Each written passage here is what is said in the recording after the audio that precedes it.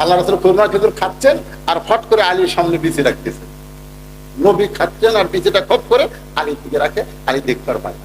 একসময় নবী বললেন, সাহাবীরা দেখো আলীর পেটে এত খিদে, আলী একাই কতগুলা খুরমা খেজুর খাচ্ছে, মুখের সামনে বিছি ঠিক।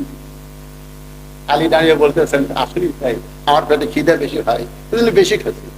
তোমাদের কাছে জানতে চাই, খিদে বেশি কার, যাই বিছি বার করা খায় না বিছি সহ খায়? সবাই বলতে খিদে তো তারই বেশি যে বিসি বার করার টাইম পায়নি, বিসি সহ খাচ্ছে। তোমরা তাকায় দেখো নবীর সামনে একটাও বিসি নেই।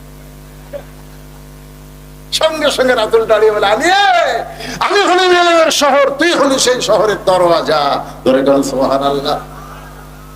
ফাতে বলে, স্বামী গো, আপনি জ্ঞানীর সম্রাট হবার পারেন, কিন্তু পর্দা বিষয়ে আমার চাই আপনি কম জানেন। আলী বলে, ফাতেমা